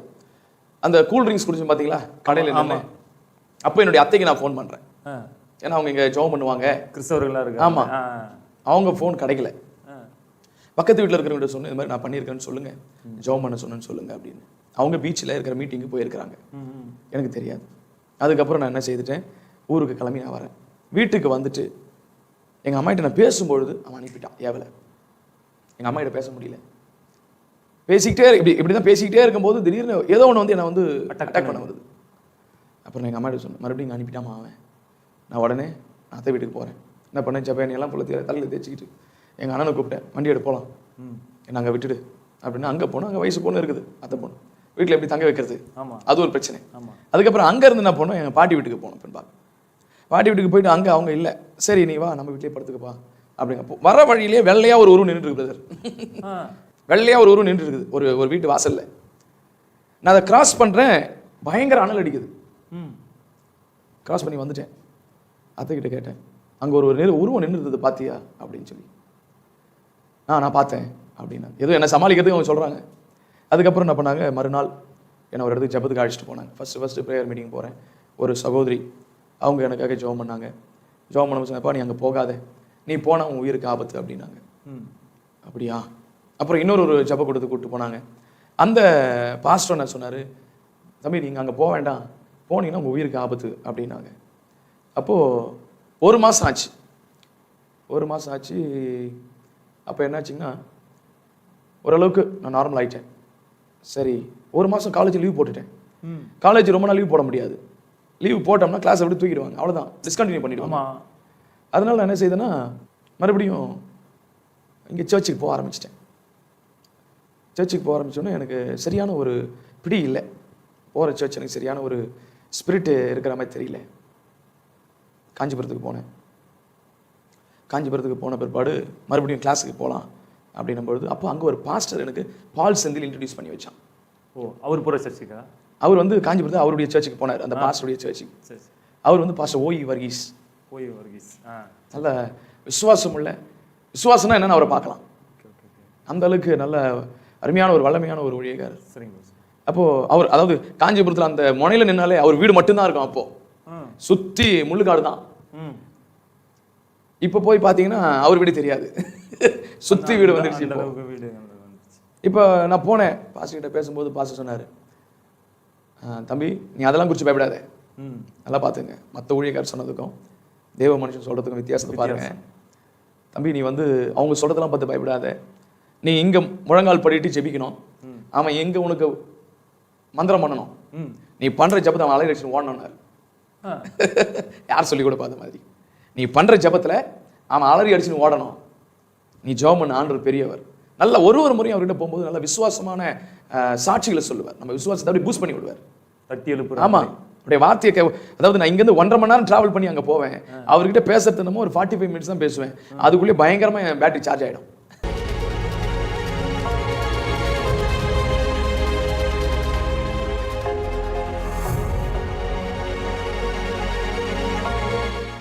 பாஸ்டர் சொன்னார், நீ இதை மாதிரி ஜெபம் பண்ணுற அப்படின்னாரு. பாஸ்டர் நான் எந்த சர்ச்சுக்கு போகணும் அப்படின்னு. அண்ணா நகரில் வச்சு வச்சிருக்கு. இல்லை பாஸ்டர் சைதாப்பேட்டில் ஒரு சர்ச் இருக்காமே அப்படின்னு. சரி அங்கே போ, பாஸ்டர்கிட்ட என் பேரை சொல்லு, பாஸ்டருக்கு தெரியும் அப்படின்னோடனே சரிங்க பாஸ்டர் வந்துச்சு. சண்டேல வந்து அந்த சர்ச்சினுடைய ஜெகன் வந்து போகிறாரு அந்த சர்ச்சுக்கு. எனக்கு தெரியாது. ஜெகனுக்கு ஃபோன் அடிச்சேன், ஜெகன் இந்த மாதிரி சைதாப்பேட்டில் ஒரு சர்ச் இருக்காமே அப்படின்னு. ஆமாம் நான் அந்த சர்ச்சுக்கு தான் போகிறேன், நீ வேணா அவனை உட்கார வைக்கிறேன் அப்படின்னு சர்ச்சுக்கு போகணும். அப்படியே புதுவாழ்வு ஏஜி சபை பாஸ்டர் மோகன். அப்போது ஜெகன் என்ன பண்ணா, நேராக மேலே பால்கனியில் கூப்பிட்டு போனார். சரி, கூப்பிட்டு போயிட்டு மேலே உட்கார வச்சேன். நான் கடைசியாக ஊழியக்காரன் அவர் வரைக்கும் அந்த இடத்துல தான் உட்காந்தேன். வேறு இடமே மாற்றி உட்கார மாட்டேன். அந்த இடத்துல உட்கார வச்சான். உட்கார வச்சுட்டு அப்புறம் அவனும் ஆராதனை அட்டன் பண்ணான். அவன் சரியாக ஆராதனைக்கு வரமாட்டான். அதுக்கப்புறம் நான் ரெகுலராக நான் போக ஆரம்பித்தேன். ஆண்டவர்கிட்ட கேட்டேன், ஆண்டவரே பாஸ்டர் வர சொல்லியிருக்கிறாரு, பாஸ்டர் மோகனை பார்த்து என்னை பற்றி சொல்லு, நான் தான் அனுப்பிவிட்டேன்னு சொல்லியிருக்கிறாரு. நான் எப்படி பாஸ்டர் அவர் இவ்வளோ பெரிய சர்ச், நான் சின்ன சர்ச்சாக இருக்குன்னு பார்த்தா இது இவ்வளோ பெரிய சர்ச்சாக இருக்குது, ஆமாம் அவரை போய் நான் எப்படி பார்க்க முடியும்? எந்த இயர் பாஸ்டர்? 2002. அதுக்கப்புறம் என்னாச்சுங்கன்னா 2002 எண்டு டிசம்பர், அது மாதிரி 2003 ஜனவரி, அது மாதிரி அந்த டைம் 10,000-15,000 பேர்கிட்ட வரக்கூடிய சபை. ஆமாம். அப்போது நைட் ப்ரேயர், ஃப்ரைடே நைட் என்ன பண்ணுறேன்னா நான் வெளியில் நிற்கிறேன். ஃபஸ்ட்டு நைட் ப்ரேயர் அப்போ தான் போகிறேன். எங்கே உள்ளே போகிறதா வெளியே போகிறதா எனக்கு தெரியாது. செக்யூரிட்டியாண்ட என்ன பண்ணுறேன், அந்த ஆஃபீஸாக நின்றுட்டு இருக்கிறேன். அப்போ பாஸ்டர் மோகன் பண்ண காரில் வர்றாரு. வந்துட்டு இறங்கிட்டு வேற ஒரு பேரை விட்டு என்ன கூப்பிடுறாரு, வேற யாரும் நினச்சி என்ன கூப்பிட்டாரு. அப்போ நான் சொன்னேன், பாஸ்டர் நீங்கள் கூப்பிட்றாள் நான் கிடையாது, என்னுடைய பேர் வந்து ரவி பாஸ்டர் அப்படின்னு. ரவி. அப்போ என்னுடைய உண்மையான பேர் வந்து ரவீந்திரநாத் டேகூர். ரவீந்திரநாத் டேகூர். பேரே வித்தியாசமாக இருக்கு பாஸ்டர். ஆமாம். அப்போது அப்படியாப்பா நீ எப்போ வந்த அப்படின்னா, இல்லை பாஸ்டர் நான் வந்து 2 வாரம் தான் ஆகுது, பாஸ்டர் வர்கீஸ் அவங்க தான் சர்ச்சுக்கு அனுப்பிட்டாங்கன்னு. அப்படியா அப்படின்னு சொல்லி மேலே கூப்பிட்டு போயிட்டு உட்கார வச்சு பேசி ஜெபம் பண்ணி அனுப்பி விட்டாங்க ஃபஸ்ட்டு டைம். சரிங்க. அதுக்கப்புறம் ரெகுலராக சர்ச்சுக்கு வர ஆரம்பித்தேன். ஃபாஸ்டிங் போட்டேன். நானே ஃபாஸ்டிங் போடுவேன், யார்கிட்டையும் பேச மாட்டேன். ஆண்டவர் எனக்கு முதல்ல சபைக்கு போகும்போது சொன்னேன்னா என்ன சொல்லி கொடுத்தாரு, நீ மற்ற கிறிஸ்தவனை பார்க்காதன்னாரு. Super super. மற்ற கிறிஸ்தவனை பார்க்காத, மற்ற கிறிஸ்தவனை பார்த்து நீ இடறிடுவேன். ஆமாம், மற்ற கிறிஸ்தவனை பார்க்காதுன்னு சொல்லிட்டாரு. அதனால நான் என்ன பண்ண மாட்டேன், யாருமே பார்க்க மாட்டேன். மற்ற கிறிஸ்தவன் தண்ணி அடிப்பான், மற்ற கிறிஸ்தவன் சிகரெட் அடிப்பான், போய் சொல்லுவான், அப்புறம் வந்து தேவையில்லாத வேலையை செய்வான். இது எதுவுமே நீ பார்க்காத, என்னை மட்டும் பாரு, கர்த்தருடைய வசனத்தை மாத்திரம் பாரு அப்படின்னு சொல்லி கொடுத்துட்டாரு. அதனால நான் என்ன பண்ணல, வேறு யாரையும் பார்க்கல. நான் பாட்டுன்னு போவேன், உட்காருவேன், நல்லா கர்த்தரை ஆராதிப்பேன், ஆண்டவர் நல்லா ஆராதிப்பேன், நல்லா துதிப்பேன். அதன் பிற்பாடு நல்லா அழுது ஜெபம் பண்ணுவேன். சரிங்களா? அப்போது அபிஷேகத்தை குறித்து தானே ஒரு வாஞ்சை எனக்கு வந்தது. அபிஷேகம்னா என்னது? எங்கள் அத்தை கிட்ட போய் கேட்டேன். அவங்க என்ன சொன்னாங்க, பெரிய பெரிய ஊழியக்காரங்களுக்கு 10 வருஷம் 8 வருஷம் கழிச்சு தான் அபிஷேகமே கிடச்சிது, நீ இவ்வளோ சீக்கிரம் கேட்டால் எப்படி ஆண்டு தருவார் அப்படின்னாங்க. சரி தோத்துறோம். நான் என்ன பண்ணேன், வீட்டில் ஃபாஸ்டிங் போட்டேன். ஒரு 3 நாள் ஃபாஸ்டிங் போட்டேன். 3 நாள் ஃபாஸ்டிங்லேயே வீட்லேயே கொடுத்துட்டாரு ஆண்டவர். ஆனால் வீட்டில் பயந்துட்டேன். அதை எனக்கு எப்படி இது பண்ணணும்னு தெரியல. அந்த வாரத்தில் 3ஆவது வாரத்தில் சபையில் என்ன பண்ணுவாங்கன்னா, பரிசுத்த ஆவியின் அபிஷேகத்துக்காக யார் யாரெல்லாம் வாஞ்சிக்கிறோம் நீங்களாம் வாங்க, உங்களுக்காக ஜெபிக்கிறேன்னு சொல்லி 3ஆவது வாரத்தில் கூப்பிட்டு போவாங்க. அந்த தீமித்தி ஆளில். ஆமாம், மேலே அழைச்சிட்டு போவாங்க. அன்றைக்கி கர்த்தருக்கு ஸ்தோத்திரம் போயிட்டேன். போயிட்டு என்ன பண்ணேன், அபிஷேகத்தையும் பெற்றுக்கொண்டேன் கர்த்தருடைய கிருபையில். ஞானஸ்தானம் வீட்டுக்கு தெரியாமல் அது ஒரு காரியம். ஞானஸ்தானம் எடுக்கிறது டிலே ஆச்சு. புது வருகையாளர் அழைச்சிட்டு போகும்போது என்ன பண்ணாங்க, நானும் போனேன். இந்த அதாவது இந்த ஆவியினுடைய கிரியை எல்லாமே வந்து முழுக்க எல்லாமே விடுதலை ஆயிடுச்சா ஃபர்ஸ்ட்? அப்போ வந்து முழுக்க விடுதலை ஆயிடுச்சு. முழு ஆமா, எந்த அட்டாக்கம் என் உடம்புல வரல. ஆக்சுவலி என்னன்னா, அதுக்கப்புறம் வந்து வெளியில இருந்து சுலைமானை வந்து நீங்க பாத்தீங்களா? வரேன். அது அந்த சம்பவத்தை சொல்றேன் பாருங்க. கர்த்தர் எவ்வளவு பெரியவர் உங்களுக்கு தெரிய வரும். அப்போ நான் என்ன பண்றேன், ஞானஸ்தானம் தள்ளி போச்சு எனக்கு. ஞானஸ்தான கிளாஸ் 4 கிளாஸ்லேயே நிறைய பேர் ஞானஸ்தானம் கொடுத்துருவாங்க. எனக்கு 8 கிளாஸ் ஆச்சு. என்ன ஆண்டவர், ஞானஸ்தானம் எடுக்க மாட்டேன் தள்ளி போகுது அப்படின்னு. நீ இந்த பழக்கத்தை விடு அப்படின்னாரு. ஒரு கெட்ட பழக்கம் என்கிட்ட இருந்தது. சரி, அந்த பழக்கத்தை விடு, நான் உன் ஞானஸ்தானம் கொடுத்துட்றேன்னாரு. நான் சொன்னேன், இந்த பழக்கத்தை என்னால் விட முடியல, நீங்கள் ஞானஸ்தானம் கொடுத்துட்டு நீங்களே எடுத்துருங்க அப்படின்னு. அந்த வாரமே ஆண்டவர் என்ன பண்ணாருங்க, ஞானஸ்தானம் கொடுத்தாரு, அந்த பழக்கத்துலேருந்து விடுதலை கொடுத்தாரு. அவ்வளோ சீக்கிரம் அந்த பழக்கத்தை விட முடியாது. ஏன்னா எல்லாரும் வாயில அடிக்க வச்சுன்னு இருப்பாங்கல்ல. இப்போ சொல்றதுக்கு அது அருவருப்பா இருக்கு. அதனால வந்து அப்போ ஆண்டவர் அதை விடுதலை கொடுத்தாரு. நான் செய்த எந்த கெட்ட விஷயமும் என் வீட்டுக்கு தெரியாது. யாருக்கு ரொம்ப நல்ல மகனா இருந்திருக்கிறீங்க. அதுக்கு ரொம்ப கெட்ட விஷயம்லாம் செய்தது கிடையாது. அதெல்லாம் கர்த்தருக்கு ஸ்தோத்திரம். அதுக்கப்புறம் ஞானஸ்தானம் கொடுத்தாரு. 2003 மார்ச் மாதம் 30ஆம் தேதி நான் ஞானஸ்தானம் எடுத்தேன். அதை மறக்கவே முடியாது. 30/3/2003. அந்த அடுத்த மாதம் 3ஆவது வாரத்தில் நான் அபிஷேகத்தை பெற்றுக்கொண்டேன். இப்போ அபிஷேகம் கிடைச்சதா, அவ்வளோதான், ஃபுல் ஃபாஸ்டிங். அப்புறம் ஃபுல் அனாயிண்டிங் நல்லா ஜெபம் பண்ண வீட்டில். அது கூட ஃபர்ஸ்ட் மொத்தம் 4 முறை ஜெபம் பண்ணாங்க அபிஷேகத்துக்காக. அந்த 3ஆவது வாரத்தில் ஒரே ஒரு வார்த்தை தான் முதல்ல வந்தது, பாஸ்டர் இது எனக்கு பத்தாது அப்படின்னு, மறுபடியும் உட்காருங்க அப்படின்னாரு. எனக்கு மட்டும் எல்லாரும் போய்ட்டு நான் மறுபடியும் 4 செட்டு உட்காந்து, பிரதர் இதுக்கு மேலே நீங்கள் வீட்டுக்கு போயிடுங்க, வீட்டில் போய் ஜெபம் பண்ணுங்க, கர்த்தர் உங்களுக்கு நிறைய வார்த்தையை தருவார் அப்படின்னு. அதுக்கப்புறம் ஆவிக்குரிய புத்தகங்களை வாங்கி படிக்க ஆரம்பித்தேன். வீட்டில் நல்லா ஜபிக்க ஆரம்பித்தேன். எனக்கு எல்லாமே சொல்லிக் கொடுத்தாலும் ஆண்டவர் தான் சொல்லிக் கொடுத்தாரு. கைட் பண்ணுறதுக்கு யாருமே கிடையாது. யாரும் என்ன ஃபோர்ஸ் பண்ணலை, நீ இயேசுவை ஏற்றுக்கொண்டு இயேசுவை ஏற்றுக்கொண்டு யாரும் என்ன ஃபோர்ஸ் பண்ணலை. அப்போவே எனக்கு வைரக்கு என்னன்னா, ஒரே கடவுள் யார், ஒரே கடவுள் யார். சென்னை நகரில் லைப்ரரி புக்கெல்லாம் தேடுவேன், என்னென்ன புக் ஏதாவது இருக்குதா, அந்த ஒரு கடவுள் யார் என்பதை கண்டுபிடிப்பதற்கு எப்படியாச்சும் தெரிஞ்சுக்கணும். அந்த ஒரு வாஞ்சி எனக்கு அப்போ இருந்தது. அந்த ஒரு கடவுள் யார், அந்த ஒரு கடவுளை நம்ம ஆராதிக்கணும், வணங்கணும். அந்த அன்பு இருந்ததுனால தான் பக்தி உள்ளவனை கர்த்தர் தமக்கு என்று தெரிந்து கொள்கிறார் இல்லையா. அந்த ஒரு கடவுள் யாருன்னு தேட ஆரம்பித்தேன். அப்போ ரட்சிக்கப்படுறதுக்கு முன்னாடி, இந்த காலேஜில் சேரத்துக்கு முன்னாடி ஆன்மீகத்தில் கொஞ்சம் அதிக ஈடுபாடு. அப்போ அதுக்கப்புறம் நான் நல்லா ஜெபிக்க என்ன பண்ணேன், மறுபடியும் காலேஜுக்கு போனேன். காலேஜுக்கு போயிட்டு தெரிஞ்சு போச்சு நம்ம சீட்டு கிழிச்சிருவாங்க அப்படின்னு. போய் கிளாஸில் போய் உட்காரும்போது லிஸ்ட் அவுட் பண்ணாங்க நேம்ஸ்லாம், யார் யாரெல்லாம் வந்து வெளியே போனோம் அப்படின்னு. என் பேர் இல்லை அதில். அப்புறம் அவரை கூப்பிட்டேன், இங்கே வாங்க அப்படின்னு. மறுபடியும் என் பேர் இருக்குதா பாருங்க அதுலன்னு. அப்புறம் கீழே போயிட்டு பார்த்துட்டு வந்து சொல்கிறேங்கன்னாரு. கீழே வந்து பார்த்துட்டு போயிட்டு, அவங்க பேர் என்ன, ரவீந்திரநாத் டாகூர். இருக்குதுங்க, நீங்களும் வந்துருங்க கீழே அப்படின்னாரு.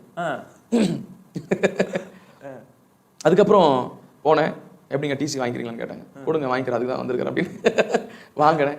நான் பாட்டு வந்துக்கிட்டே பாஸ்டர் வர்கீஸை பார்த்தேன். பார்த்துட்டு வந்துட்டு அப்புறம் ஒரு வாரமோ 2 வாரமோ கழிச்சு நான் மறுபடியும் ஊருக்கு போகிறேன். அப்போ சுலைமானால என் பக்கத்தில் நிற்க முடியல. சுலைமான அடுத்து சந்திக்கிறீங்க. ஆமா, என் பக்கத்துல அவனால நிற்கவும் முடியலங்க. அவன் முகலாம் மாறி போயிருந்தது. எப்போ நான் விடுவேன் அவன் ஓடுவான்ற நிலைமையில என் பக்கத்துல நின்று பேசிட்டு இருந்தான். இப்போ வந்து அதாவது அவன் உங்களை கண்ட்ரோல் பண்ணி வச்சிருந்தது, நீங்க ஆண்டவரை ஏற்றுக்கொண்டதுனால இப்போ வந்து அவன் வந்து உங்க கண்ட்ரோலுக்கு வந்துட்டான். ஆமா, முகத்துல ஒரு பயம் தெரிஞ்சுதான் முகத்துல. நானும் பைக்ல நின்றுட்டே இருந்தேன், நான் பார்ப்போம் அப்படின்னு. அப்புறம் பார்த்தா முகம் அப்படியே ஒரு மாதிரி ஆச்சு. சரி சுலைமான், சரிடா, உடனே ஓடிட்டான். அவ்வளோதான், விட்டா போதும், அவ்வளோதான், அப்படியே ஓடி போயிட்டான் அவன். அப்புறம் நான் போய் பாஸ்டரை பார்த்துட்டு அவரை பார்த்து பேசிட்டு ஜெபம் பண்ணிக்கிட்டு நான் வந்துட்டேன். அதன் பிற்பாடு பார்க்கும்பொழுது நல்ல ஜெபம். பைபிள் காலேஜ் ஜாயின் பண்ணேன். அங்கேயே சின்னமலை ஏஜில் பார்ட் டைம் ஊழியம். அப்புறம் ஏஜில் பைபிள் காலேஜ் படித்தேன். தமிழ் லே பாஸ்டராக இருந்தேன். அதுக்கப்புறம் எக்ஸ்டென்ஷன் பைபிள் காலேஜ் படித்து அதுலேயே ஃபுல் டைமுக்கு வந்தேன். ஓகே, ஃபுல் டைமுக்கு வந்த பிற்பாடு அதன் பிற்பாடு ஆண்டவர் பேசினார்னு வெளியே வந்துட்டேன். ஒரு 2 வருஷத்தில் வெளியே வந்தேன். அப்போ நல்லா ஜெபம் பண்ணுவேன். 5 மணி நேரம் 7 மணி நேரம் 10 மணி நேரம் அந்நிய பாஷையில் பேசின அப்புறம் தான் கர்த்தர் ஒரு வரத்தை கொடுத்தார். சொப்பனங்களை வியாக்கியானம் பண்ணு. ஆமாம் பாஷா, அடுத்து அதுதான் கேட்கணும்னு நினச்சேன். ஏன்னா அந்த புத்தகம் ரொம்ப ஃபேமஸாக போயிட்டு இருக்குது. இந்த நேரத்தில் நீங்கள் ஜாய் டிவி கூட கொண்டு வந்து நீங்கள் கொடுத்துருக்கலாம். கர்த்தருக்கு ஸ்தோத்திரம். கண்டிப்பாக கொடுத்து விடுறேன் உங்களுக்கு. அதாவது என்னென்னா, சொப்பனங்களை எப்படி எனக்கு அதிகமான சொப்பனங்கள் வரும். அதுக்கு முன்னாடி ரட்சிக்கப்படுறதுக்கு முன்னாடி கனவுல எதுவுமே வராது. ஆனால் ரட்சிக்கப்பட்ட பிற்பாடு எனக்கு நிறைய சொப்பனங்கள் வந்தது. அப்போது வியாக்கியானம் பண்ணுறது எப்படின்னு சொல்லி ஆண்டவர் எனக்கு சொல்லி கொடுத்தாரு. ஆமாம், வரங்கள்லேயே வந்து அந்த வரம் சொல்லப்பட்டிருக்கு. ஆமாம், பைபிளில். அப்போ அந்த நேரத்தில் பார்க்கும்பொழுது பாரிஸில் ஒரு சகோதரர் இருக்கிறார். அவர் என்ன செய்தார்னா, ஃபர்ஸ்ட் மந்த்லி நீங்கள் நம்ம இடத்துக்கு வரணும், வந்து ஜெபம் பண்ணிட்டு போனோம்னு. அப்போ அவர் தான் முதல்ல சொப்பனம் சொல்கிறார். ஃபர்ஸ்ட் இது மாதிரி ஒரு கனவு வந்தது, எனக்கு அர்த்தம் புரியல அப்படின்னாரு. அப்போ ஃபர்ஸ்ட் நான் அவருக்கு தான் வியாக்கியானம் பண்ணேன். ஃபர்ஸ்ட் அவருக்கு தான் வியாக்கியானம் பண்ணேன். அதன் பிற்பாடு நிறைய சொப்பனங்கள் நிறைய பேர்கிட்ட கேட்க ஆரம்பித்தேன். கேட்கும்பொழுது சொப்பனங்களை வியாக்கியானம் பண்ண ஆரம்பித்தேன். சில வருஷங்கள் கழிச்சு ஆண்டவர் சொன்னார், சொப்பனங்களும் அர்த்தங்களும் புத்தகத்தை எழுது அப்படின்னாரு. ஆண்டவர் அந்த விஷயம். ஆமாம், 3-4 வருஷம் ஆச்சு. சரிங்க, கொஞ்சம் கஷ்டமாக தான் இருந்தது. அந்த புக்கு படிக்கும்பொழுதே உங்களுக்கு வித்தியாசங்கள் தெரியும், ஸ்பிரிட் ஆவியினுடைய வித்தியாசங்கள் தெரியும். அப்போது ஆண்டவர் கொடுத்தாரு. அதே மாதிரி சொப்பனங்கள் அர்த்தங்களும் புக்கு நம்ம எழுதி வெளியிட்டோம் கர்த்தருடைய கிருபையில். அதன் பிற்பாடு இன்னொன்று இருக்கு, அந்த மந்திரவாதி செத்து போயிட்டான். சில வருஷங்கள் கழிச்சு. உன்னோடு கூட போராடினவர்களே நீ தேடியும் காணாதிருப்பாய், ஏன்னா வசனம் சொல்லுது இல்லை. ஆமா, அதுக்கப்புறம் சில வருஷங்கள் கழிச்சு என் ஃப்ரெண்டு ஜெகனை பார்த்தேன். பார்த்துட்டு எப்படி இருக்கிறான் அவன் அப்படின்னு கேட்டேன். இல்லடா, அவன் செத்து போயிட்டான், அவன் இறந்துட்டான். அவன் ஒன்று ரட்சிப்பு இல்லைன்னா பட்சிப்பு தான். ஆமா, ஆண்டுடைய கருத்துல அதுதானே இருக்குது. ஆண்டுடைய கருத்துல அப்போ ஒரு ஆக்சிடென்ட்ல அவன் இறந்துட்டான் அப்படின்னு. காலேஜில் பார்க்கும்போது நிறைய பெண்களையும் அவன் வந்து ரொம்ப சீரியப்படுத்தி. டே காலேஜ் வந்து மார்னிங்கில் வந்து பெண்களுக்கு, ஆஃப்டர்நூன் வந்து பாய்ஸ்க்கு. அது மாதிரி அவன் வந்து ரொம்ப, அதுக்கப்புறம் காலேஜ் பிரின்சிபாலுக்கு தெரிய ஆரம்பிச்சு, அதுக்கப்புறம் அவங்களுக்கே அவன் செய்வன் வச்சுட்டான் ஏவல். அவன் அவங்களும் பயந்துட்டாங்க. இந்த மாதிரி நிறைய சம்பவங்கள் நடந்தது. ஆனால் கர்த்தரை ஏற்றுக்கொண்ட பிற்பாடு நிறைய வரங்களை கொடுத்தார், அபிஷேகத்தை கொடுத்தார். அந்த அந்த வைராக்கியம் இன்றைக்கும் இன்னும் நல்லா ஜெபிக்கணும், இன்னும் வரங்களை கேட்கணும். மற்றபடி வேறு எதுவுமே கிடையாது. இன்னும் வரம் நமக்கு வேணும். கண்டிப்பாக போச்சு. அந்த வரங்களுக்காக இன்னும் பிரயாசப்பட்டு கொண்டு இருக்கிறேன். இன்னும் அடுத்து சுகமளிக்க வரதுக்காக தான் இப்போ ஜெபம் பண்ணிட்டு இருக்கிறேன். முந்தி அதிகமாக ஃபாஸ்டிங் போட்டேன். ஃபாஸ்டிங் போட்டு வயிறு புண்ணாயிடுச்சு. அதனால இப்போ ஃபாஸ்டிங் போகிறது கம்மியாயிடுச்சு. ஆனாலும் விடுதலை ஊழியம் இந்த டெலிவரி மினிஸ்ட்ரியில் இருக்கிறவங்க எல்லாருமே வந்து மோஸ்ட்லி வந்து ரொம்ப அதிகமாக ஃபாஸ்டிங் தான் தேடிக்கிட்டே இருப்பேன், ஆராய்ச்சி பண்ணிக்கிட்டே இருப்பேன். யாருமே பார்க்க மாட்டேன். நிறைய புக்ஸ் வாங்கி படிப்பேன், ஆவிக்குரிய புத்தகங்கள். புக் ஸ்டாலுக்கு போகும்போது ஆவியானவரே நான் இப்போ என்ன புக் எடுக்கணும் எனக்கு சொல்லி, எனக்கு எந்த புக்கு வேணும் எடுங்க அப்படின்னும்போது இந்த புக் எடுத்து படி அப்படின்னு உடனே வந்து நான் அந்த புக்கை வாங்கிடுவேன். நூற்றுக்கணக்கான புக்கு வீட்டில் இருக்குது. படித்து படித்து படித்து கர்த்தருக்கு ஸ்தோத்திரம். நல்ல ஆவிக்குரிய புத்தகங்களை படிக்கணும். இன்னைக்கு உங்கள் மனைவி பிள்ளைகளை பற்றி சொல்லுங்க. மனைவி கர்த்தருக்கு ஸ்தோத்திரம். காலேஜ் படிக்கும்போது, பைபிள் காலேஜ் படிக்கும்போது நம்ம ஏஜில் வந்து கட்டாயம் நீங்கள் வந்து மேரேஜ் பண்ணாதான் சர்டிஃபிகேட் கொடுப்பேன்னு சொன்னாங்க. ஸோ என்னுடைய அத்தை பொண்ணு நான் என்ன பண்ணிட்டு நாங்கள் மேரேஜ் பண்ணிட்டோம். பண்ணிட்ட பிற்பாடு 2007 மேரேஜ் பண்ணேன். 2009 அருமையான குழந்தைய கர்த்தர் கொடுத்தார். ஆமாம், பையன் இப்போ வந்து 8th ஸ்டாண்டர்ட் படிக்கிறாரு. ஆமாம் ஆமாம். அவனை பற்றியும் தீர்க்கதரிசனங்கள் உண்டு. ஜெபம் பண்ணும்போது கேட்டான், அவன் பராக்கிரமசாலினார்.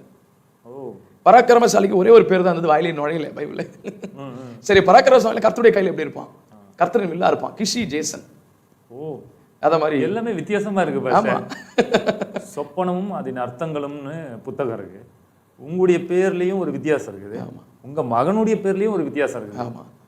எல்லாமே ஏன்னா நம்மளுடைய ஆண்டவரே ஒரு அதிசயமானவர்ல, அந்த ஆண்டவர் தெரிந்து கொள்ளும் போது அந்த மனிதர்களையும் அப்படிப்பட்ட ஒரு அதிசயமான ஒரு காரியமா ஆண்டவர் வந்து நடத்துறாங்க. ஆமாம். அதாவது அந்த நைட்டில் அந்த இடியும் மின்னலும் அடிக்கும்போது கர்த்தருடைய இடி, அதான் யோபுல சொல்றார், அவருடைய இடி முழக்கத்தின் சத்தத்தை அறிந்தவன் யார்? ஆமா, மின்னலும் அவர் தான் வர பண்றாரு, மழையும் அவர் தான் வர பண்றாரு. மின்னலை அம்பாக பயன்படுத்துகிறார். அப்போ பார்க்கும்பொழுது எப்பயாவது அந்த மாதிரி இடி வந்ததுனாலே ஓ ஆண்டவர் எங்கேயோ யுத்தம் செய்கிறார். சரியான பயங்கரமான சத்தமா இருக்கும். நிறைய பேர் சொல்லுவாங்க ஈரக்குளம் நடுங்குது பாஸ்டர் எனக்கு அந்த இடி அப்படின்னுவாங்க. ஆமா ஆமா, அப்படி பயங்கரமா இருக்கும் அந்த இடி. கிளீனா தெரியும். கர்த்தர் பேசுற அந்த சத்தம், இடி சத்தம் கிளீனா தெரியும். ஒரு வீட்டுக்கு ஒரு ஜெப கூட்டத்துக்கு போனேன். அப்போ வந்து கேசல் லீடராக இருக்கிறேன். அப்போ சாதாரண ஒரு சின்ன ஊழியம். அப்போ ஒரு வசன போர்டு எனக்கு கொடுத்தாங்க. வசன போர்டு கொடுத்த உடனே நான் என்ன பண்ணுறேன்னா, பைக்கில் மழை பெய்யுது, பாதி வந்துட்டோடனே மழை தூரல் போட்டு உடனே ஒரு மெடிக்கல் ஷாப் பக்கம் ஓரமாக நிற்கிறேன். நான் பைக்கை நிறுத்திட்டு நிற்கிறேன். ஆண்டவரே மழை நின்றுதுன்னா நான் கொஞ்சம் வீட்டுக்கு போயிடுவேன் அப்படின்ற சாதாரணமாக தான் பேச முடியும் ஆண்டுகிட்ட. ஆண்டவர் சொல்கிறாரு, நீ இந்த வசன போர்டை மெடிக்கல் ஷாப்பில் கொடுத்துரு, மழை நின்று நீ போயிடலாம் வீட்டுக்குன்ற. இது என்ன ரொம்ப போச்சு. அவர் யார் என்னன்னு எனக்கு தெரியாது. திடீர்னு கொண்டு போய் நான் வந்து வசனம் போட போயிட்டு அவர்கிட்ட கொடுத்தா அது என்ன ஆகிறது? இல்லை ஆண்டவர் நான் இங்கே நிற்கிறேன், நீ இப்போ போய் கொடுக்க போறியா இல்லையான்னு ஆண்டவர். இப்போ போய் கொடுக்க போறியா இல்லையா அப்படின்னாரு. யோசிச்சேன். உடனே ஒரு சத்தம் இடி, இந்த போயிடுறான் ஆண்டவரே. உடனே கீழ்படிஞ்சிடுறேன். ஆமா, போயிட்டு வசனம் போட, ஐயா இந்தாங்கய்யா இந்த போர்டு நீங்க வச்சிங்க, ஆண்டு உங்களுக்கு கொடுக்க சொல்றாரு. போர்டு அவர் கையில கொடுத்தேன், மழை விட்டது, பைக் எடுத்து நேரம் வீட்டுக்கு வந்து சேர்ந்தேன். அப்படியே அதாவது ஆண்டரோடு கூட அந்த தொடர்புலயே நடத்துவார். ஜெபித்து வந்து மழையை நிப்பாட்டினாரு, நீங்க வசனத்தை கொடுத்து மழையை நிப்பாட்டீங்க. கர்த்தர் செய்யறாரு. ஆமா, நம்ம வழி நடத்துறாரு இல்லையா? வழி நடத்துகிற தேவனாச்சே. அந்த வைராக்கியம் தான் இன்னைக்கு நம்ம நடத்திக்கிட்டு இருக்கு. அந்த விடுதலை ஊழியெல்லாம் பார்க்கும்பொழுது செய்வனை இப்படிலேருந்து வருவாங்க, சொப்பனங்களை வச்சு என்ன பாதிப்புல இவங்க இருக்கிறாங்க அப்படின்லாம் ஈஸியா ஆவியான உணர்த்துவார். இவங்களுடைய சொப்பனத்தை வச்சு உங்களுக்கு குணாதிசயம் என்ன, அவங்க எந்த பாதிப்புல இருக்கிறாங்க, எப்பேற்பட்ட பிசாசுடைய போராட்டத்தில் இருக்கிறாங்க, நிறைய விஷயங்கள் இருக்குது. சொப்பனத்தை பார்க்கும்போது ஒருத்தருடைய லைஃப் முற்றிலுமா அதுல இருந்து பிரிச்சு எடுக்கலாம். கண்டிப்பா கண்டிப்பா கண்டிப்பா. அப்போ அந்த காரியங்கள்லாம் செய்ய கர்த்தர் கிருபை செய்தார். பிசாசை துரத்துறது, அதுல வரங்கள்ல ரொம்ப எனக்கு இன்ட்ரெஸ்ட். வரங்கள்ல ஏன்னா நமக்கு சொல்லிக் கொடுக்கறதுக்கு ஆள் கிடையாது. இதை எப்படி செய்யணும் ஏசு சொல்றாரு இல்லையா சீசர்ல, என்ன சொல்றாரு, நான் செய்யறேன் நீங்க பார்த்து கத்துங்க. ஆமா, இன்னைக்கு யார் சொல்லிக் கொடுக்குறாங்க? சொல்லிக் கொடுக்குறது ஆள் இல்லை. இன்னைக்கெல்லாம் வேற மாதிரி போயிடுச்சு. அது வேற மாதிரி போட்டோம். ஆனா கர்த்தர் நம்ம கூட இருக்கிறார். நாம கர்த்தருக்குள்ள வளருவோம். இப்பயும் சரி, நான் வரங்களுக்காக ரொம்ப அதிகமாக பிரயாசப்பட்டு கொண்டிருக்கிறேன். பவுல் சொல்றாரு, மேலானவைகளையே நாடுங்கள். ஆமா, மற்றதெல்லாம் உங்களுக்கு வந்துடும். இது எல்லாமே கீழானவைகளையே நாடுறாங்க பஸ். அது நமக்கு வேணாம். மேலானவைகளை வந்து நம்ம இழந்துருவோம். அதாவது இந்த மாயமான இந்த உலகத்துல இந்த ஒரு சின்ன ஒரு சொற்பமான ஒரு ஆசீர்வாதத்தை மாத்திரம் எதிர்பார்க்கிறதுனால தேவ திட்டத்தை அறிஞ்சு கொள்ள முடியும். ஆமா, இப்படிப்பட்ட ஒரு சிலரை வச்சுதான் ஆண்டவர் என்ன பண்றாரு, அந்த காரியத்தை வந்து நிறைவேற்றுறாரு. இன்னைக்கு பாத்தீங்கன்னா வந்து நீங்க எங்கேயோ பிறந்து எங்கேயோ வளர்ந்து ஆண்டவர் வந்து ஒரு கல்லூரிக்கு கொண்டு போய் இந்த அளவுக்கு வந்து அந்த இடத்துல ஒரு சுலைமான வந்து வந்ததும் வந்து ஒரு தேவ சித்தம் தான். ஏன்னா வசனமே சொல்லுது, இஸ்ரவேல் ஜனங்கள் தேவனுடைய பார்வைக்கு பொல்லாங்கான காரியத்தை செய்தபடினால அவர்களை வந்து என்ன பண்ணாரா, சத்துரு கையில ஒப்பு கொடுத்தாங்க. அப்ப அந்த மாதிரி தான் வந்து அந்த 7 வருஷம் வந்து அந்த மீதியானுடைய சேனைகளுடைய கரங்களை ஒப்பு கொடுத்ததுனால அந்த கிதியோனை ஆண்டவர் உருவாக்குறாரு. இன்னைக்கு உங்களையும் என்ன பண்ணிட்டாரு, உருவாக்கிட்டாரு. இப்போ நீங்க வந்து அன்னைக்கு வந்து பயந்துட்டு இருந்தீங்க, உங்களை கண்ட்ரோல் பண்றதுக்கு வந்து அவன் இருக்கிறானே, என்ன கண்ட்ரோல் பண்ணி வச்சிருக்கிறானே அப்படின்னு. ஆனா இப்போ ஒருத்தர் இருக்கிறார் உங்களை கண்ட்ரோல் பண்றதுக்கு, பரிசுத்த ஆவியானவர். ஆமென். அதனாலதான் பஸ்ட் வந்து உங்களுக்கு நல்ல ஒரு உயர்வை ஆண்டவர் கொடுத்துருக்காரு. இந்த பாஸ்டர்ஸ் நம்ம செமினாடு இந்த காரியங்களை குறித்து சினாடு பெந்தகோஸ்தே திருச்சபைகளின் மாமன்றம், இது வந்து நான் வந்து எந்த பாஸ்டர்ஸையும் அவ்வளோ பேச மாட்டேன், தனிமையாகவே இருப்பேன். என்எல்ஏஜை விட்டு வெளியே வந்துட்டு பிற்பாடு ரொம்ப தனிமையாக இருப்பேன், எந்த ஃபெலோஷிப்புக்கும் போக மாட்டேன். ஜெபம், அதிகமான ஜெபம். காலையில் 3 மணிக்கு எழுந்து ஜெபம் பண்ண ஆரம்பிப்பேன், 7 மணிக்கு முடிப்பேன். இவங்க எல்லாரையும் ஸ்கூலு ஆஃபீஸ்னு விட்டுட்டு, ஒய்ஃப் ஒர்க் பண்ணுறாங்க, அவங்களும் அந்த கல்லூரியில் பிஜி கோர்ஸ் முடித்தவங்க, எம்பிஇ முடித்தவங்க. ஸோ அவங்களும் ஒர்க் பண்ணுறாங்க, இப்போவும் ஒர்க் பண்ணிக்கிட்டு தான் இருக்கிறாங்க. ஆமாம். அது ஊழியத்தில் எப்படி பாஸ் அவங்க சப்போர்ட்டிவாக இருக்கிறாங்க? ஊழியத்தில் அதெல்லாம் நல்ல சப்போர்ட். ஓகே, ஜெபத்தில். ஆமாம், ஊழியத்தில் நல்ல சப்போர்ட்டு, அதை பற்றி பிரச்சனையே இல்லை நமக்கு. வேலைக்கு போயிட்டு வந்துட்டு பிற்பாடும் நமக்கு ஒரு நல்ல சப்போர்ட்டாக இருப்பாங்க. இருந்துட்டு இருந்தால் ஊழியத்தை செய்ய முடியுது. ஆமா ஆமா ஆமா நிச்சயமா. இல்லைன்னு வச்சுக்கலாம், ஊழியத்தை செய்ய முடியுமா? ஆமா ஆமா செய்ய முடியாது. அதனால இப்போ அதன் பிற்பாடு பார்க்கும்பொழுது மற்ற ஊழியர் ஐக்கியம் இல்லாததுனால என்னுடைய காலேஜ் மேட் அவங்க கூட சில நேரத்தில் பேசுவோம். நல்ல மறுபடியும் காலையில் 11 மணிலேருந்து சாயங்காலம் 3 மணி 6 மணி வரைக்கும் ஜெபம் பண்ணுறது அந்நிய பாஷையில். அது மாதிரியான ஜெப நேரங்கள் அதிகமாக ஜெபத்தில் இருப்பது உண்டு. அப்போது ஒரு 2016 நினைக்கிறேன், அப்போ தான் பாஸ்டர் எட்வின் சார்லஸ், அவர் வந்து அப்பாவுக்கு ஃப்ரெண்டு. அப்போது சென்னை நகர் பகுதியில் ஒரு ஊழியக்காரியாக இருந்துட்டார். அவர் வந்து அப்பாவுக்கு க்ளோஸ் ஃப்ரெண்டுன்றதுனால அப்பா கூப்பிட்டார், கல்லறைக்கு போயிட்டு வரலாமா போகலாம் அப்படின்னு. அப்போது போனோடனே எட்வின் சார்லஸ் பாஸ்டர் அப்பா இன்ட்ரடியூஸ் பண்ண, என் பையங்க பாஸ்டராக இருக்கிறாரு அப்படின்னு. அப்படிங்களா, ஃபோன் நம்பர் வாங்கிட்டார். நானும் அவர் ஃபோன் நம்பர் வாங்கிட்டேன். நான் யாருக்கும் ஃபோன்லாம் பண்ண மாட்டேன், எனக்கு அந்த பழக்கமும் கிடையாது. 1.5 வருஷம் கழிச்சு எனக்கு ஃபோன் பண்ணுறாரு எட்வின் சார்லஸ் பாஸ்டர். நான் முழிக்கிறேன், ஒரு முறை தான் பார்த்துருக்கிறேன். பார்த்துட்டு, பாஸ்டர் தயவுசெய்து தப்பா எடுத்துக்காதீங்க நான் சொல்றேன்னு, உங்க நம்பர் என்கிட்ட இருக்கு, உங்க பேரும் என்கிட்ட இருக்குது, ஆனா நீங்க யாரும் எனக்கு தெரியல. அவர் சொல்றது நான் சொல்றேன், அவர் நீங்க சொல்றது அவருக்கு சொல்றேன் நான். அவர் சொல்றாருப்பா, நான் உங்க அப்பாவோட ஃப்ரெண்டு தான்ப்பா நானு. சரிங்க பாஸ்டர், ஆனா உங்களை எனக்கு ஞாபகம் இல்லை பாஸ்டர் அப்படின்னு. சரி இப்போ நீ எங்க இருக்கிறன்னு? வீட்டில் தான் இருக்கிறேன், சர்ச்சுக்கு வா. நைட் 8 மணிக்கு 10 மணிக்கு வந்து அப்ளிகேஷன் ஃபில் பண்றாரு. சினாட் ஆஃப் பெண்டகோஸ்டல் சர்ச் மத்திய சென்னை பேராயத்தில். இப்போ நீ வந்து கோஆர்டினேட்டர் ஸ்டார்டிங் கோஆர்டினேட்டர் செய்வியான்னு கேட்டார். சொல்லிக் கொடுங்க செய்கிறேன் அப்படின்னு. நான் அவ்வளோதான் முடிஞ்சுது. அதுக்கப்புறம் சினாடில் ஜாயின் பண்ணிட்டேன். பெந்தகோஸ்தல் திருச்சபை மாமன்றம் பார்க்கும்பொழுது இப்போது நல்ல ஒரு பெரிய லெவலில் கிட்டத்தட்ட 50க்கும் மேலான பேராயங்களை கொண்டதாக இருக்கிறது. இப்போது சிறுபான்மை நல வாரியத்திலேயும் நம்முடைய பெந்தகோஸ்தல் திருச்சபை மாமன்றம் தான் அங்கீகரிக்கப்பட்டிருக்கு. ஓ சூப்பர் சூப்பர். அதற்கு தலைவராக நம்ம பாஸ்டர் கேபி எடிசன் அவர்கள் இருக்கிறாங்க. ஆமாம். அப்போது அந்த பாஸ்டர் நம்ம எட்வின் சார்லஸ் பாஸ்டர் இப்போ இல்லை, அவங்க இறந்துட்டாங்க. சரிங்க, ஒரு 2 வருஷம் ஆகுது இறந்து. ஆனால் நல்ல ஒரு அவர் மூலமாக தான் இந்த சினாடுக்குள்ளே நான் நுழையிறதுக்கு ஒரு வாய்ப்பாக இருந்தது. அதுக்கப்புறம் இப்போது ஜாயின்ட் செக்ரட்டரியாக இருக்கார், மத்திய சென்னை பேராயத்துக்கு ஜாயின்ட் செக்ரட்டரியாக இருக்கார். அதிகமாக இந்த விடுதலை ஊழியங்கள் நம்ம செய்கிறோம். விடுதலை ஊழியங்கள் செய்வதனால பல வெளிநாடுகளுக்கும் சென்று வந்து இப்போவும் விடுதலைக்காக நமக்கு அழைப்புகள் வருவது உண்டு. வர மாதம் கூட 7ஆம் தேதி வந்து சிங்கப்பூர் போகிறேன், 8ஆம் தேதி சிங்கப்பூர் போகிறேன். அதுக்கப்புறம் 23ஆம் தேதி மலேசியா போகிறேன். அங்கேருந்து கர்த்தருடைய கிருபை தொடர்ந்து கர்த்தருக்காக ஓடிட்டே இருக்கீங்க. ஆமாம் ஆமாம்.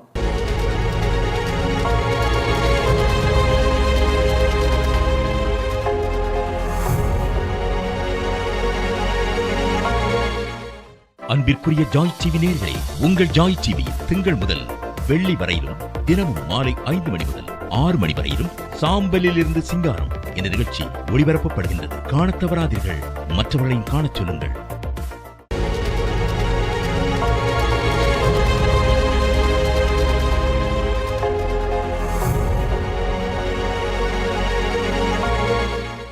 சில பேர் வந்து என்ன பண்ணுவாங்கன்னா, எதையாவது ஒன்று செய்வாங்க, கர்த்தருக்கு ஸ்தோத்திரம், சாதிக்கணுன்ற எண்ணம் என்னை பொறுத்த வரைக்கும் அப்போதுலேருந்து உண்டு எனக்கு.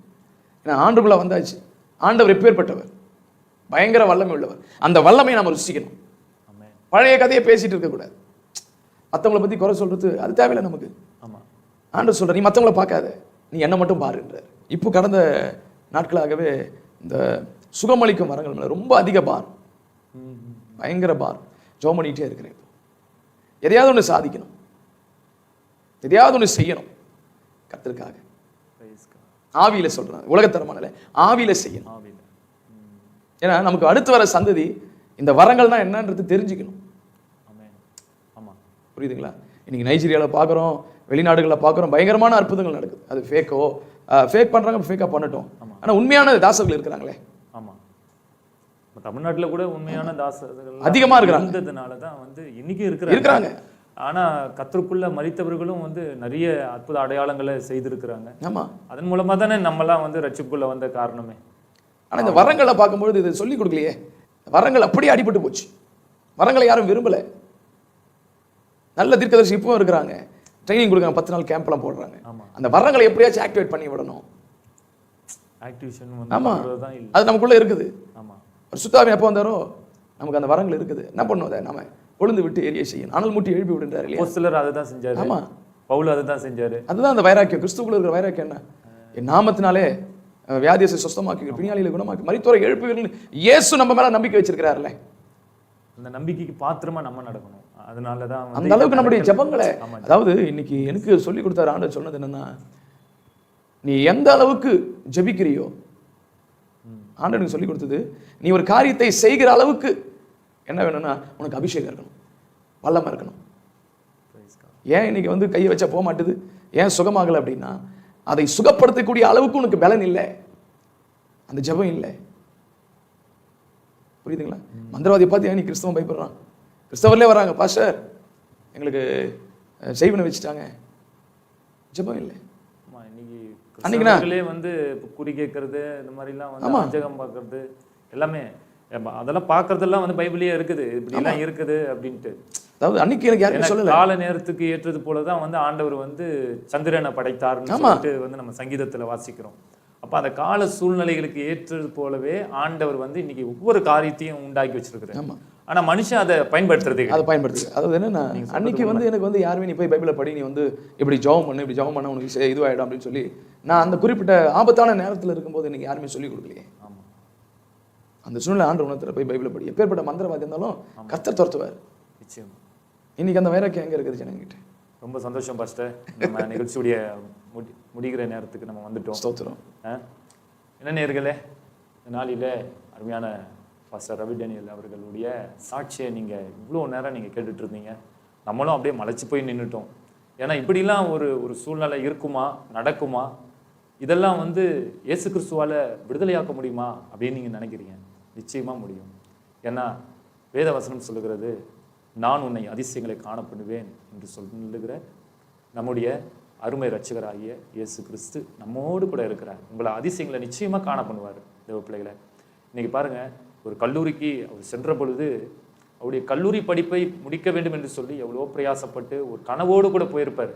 ஆனால் அங்கே பாருங்க, பலவிதமான போராட்டம், இக்கட்டான சூழ்நிலை, அவருடைய வாழ்க்கையில வந்து ஒரு மனிதனால அவர் வசியப்படுத்தப்பட்டு அவருடைய நிலையை, அவருடைய எல்லா மனநிலையெல்லாம் மாற்றக்கூடிய ஒரு அசுத்த காரியத்துடைய சக்திகளை வைத்து அந்த சுலைமான் அந்த சகோதரன் வந்து அவரை அப்படிப்பட்ட ஒரு கண்ட்ரோலில் கொண்டு வந்தாலும், சர்வ வல்லமை உள்ள தேவனை அவர் கூப்பிட்ட பொழுது அவர் இறங்கி வந்து அற்புதத்தை செய்தார். பார்த்தீங்களா?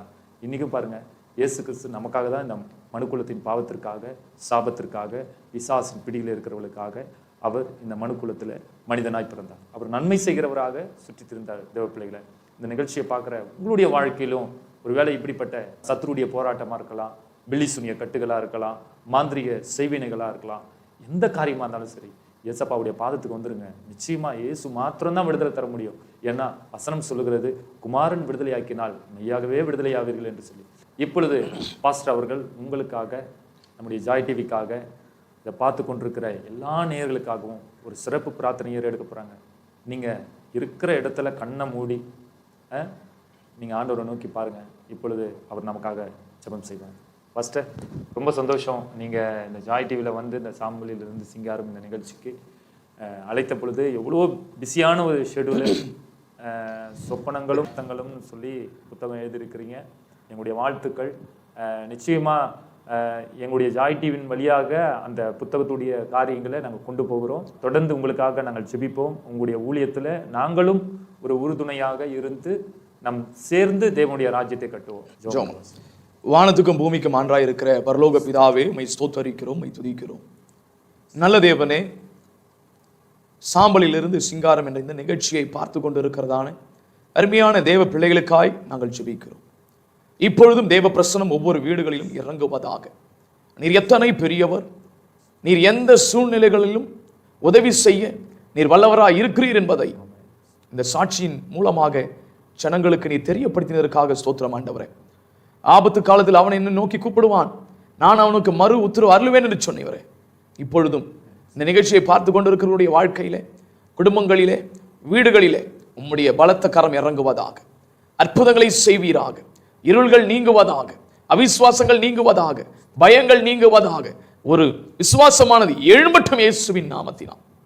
விசுவாசத்தை துவக்குகிறவரும் ஆண்டவரே, முடிக்கிறவருமாகிய எங்கள் தேவன், இப்பொழுதும் இந்த நிகழ்ச்சியை பார்த்துக்கொண்டு ஒவ்வொருவருடைய இருதயத்திலும், ஆவியிலும், ஆத்மாவிலும் விசுவாசம் கொழுந்து விட்டு எறிவதாக. எழுப்புதலின் தீ பரவட்டும் இயேசு கிறிஸ்துவின் நாமத்தினால் ஆண்டவரே நாங்கள் ஆசீர்வதிக்கிறோம். உம்முடைய கரத்தில் அர்ப்பணிக்கிறோம். அருமையான இந்த நிகழ்ச்சியை நடத்தி கொண்டிருக்கிறதான அருமையான சகோதரருக்காக, ஜாய் டிவி அவர்களுக்காக, ஜாய் டிவியில் இருக்கிற வேலை செய்கிற ஒவ்வொருவருக்காக நாங்கள் ஜெபிக்கிறோம் ஆண்டவரே. எல்லா தேவைகளையும் சந்திங்க. இன்னும் பல தேசங்களுக்கு இந்த டிவியை கொண்டு செல்வீராக. தடைகளை உடை தெரிவீராக. தேவைகளை கர்த்தர் சந்திக்கும்படியாக ஜெபிக்கிறோம். ஊழியர்களை ஆசீர்வதிப்பீராக. நீர் அப்படியே செய்கிறதுக்காக நன்றி. இயேசு கிறிஸ்துவின் நாமத்தில் ஜெபிக்கிறோம் எங்கள் நல்ல பிதாவே. ஆமென். ஆமென். பாஸ்டர், ரொம்ப சந்தோஷம் பாஸ்டர், Thank you. நீங்கள் வந்ததுக்காக. தேங்க்யூ. தொடர்ந்து நீங்கள் இந்த ஜாய் டிவியுடைய இந்த உங்களை வருகிற நாட்களில் இந்த சொப்பனமும் அதன் அர்த்தங்களும் என்ற அந்த தலைப்போடு கூட உங்களை நாங்கள் சந்திக்கிறோம். நிச்சயமா நேர்களை நீங்கள் மறுபடியும் மீட் பண்ணுவீங்க. என்ன நேர்களே, பாஸ்டர் ரெவரண்ட் ரவி டேனியல் அவர்கள் நம்ம மத்தியில் சொன்ன சாட்சி எல்லாமே கவனித்து நீங்கள் கேட்டீங்க. சொப்பனமும் அதன் அர்த்தங்களும் என்ற அந்த தலைப்பில் எழுதப்பட்ட அந்த புத்தகத்தை குறித்ததான அந்த காரியத்தை நம்ம மறுபடியும் அவரிடத்துலையே நம்ம கேட்டு தெரிஞ்சுக்கலாம். ஏன்னா இன்னொரு பரிசுத்தவான்களோடு கூட உங்களை நாங்கள் மீட் பண்ணுறோம். தொடர்ந்து இந்த சாம்பலில் இருந்து சிங்காரம் இந்த நிகழ்ச்சியை நீங்கள் பார்த்து தேவனுடைய ஆசீர்வாதத்தை பெற்றுக்கிறோம்.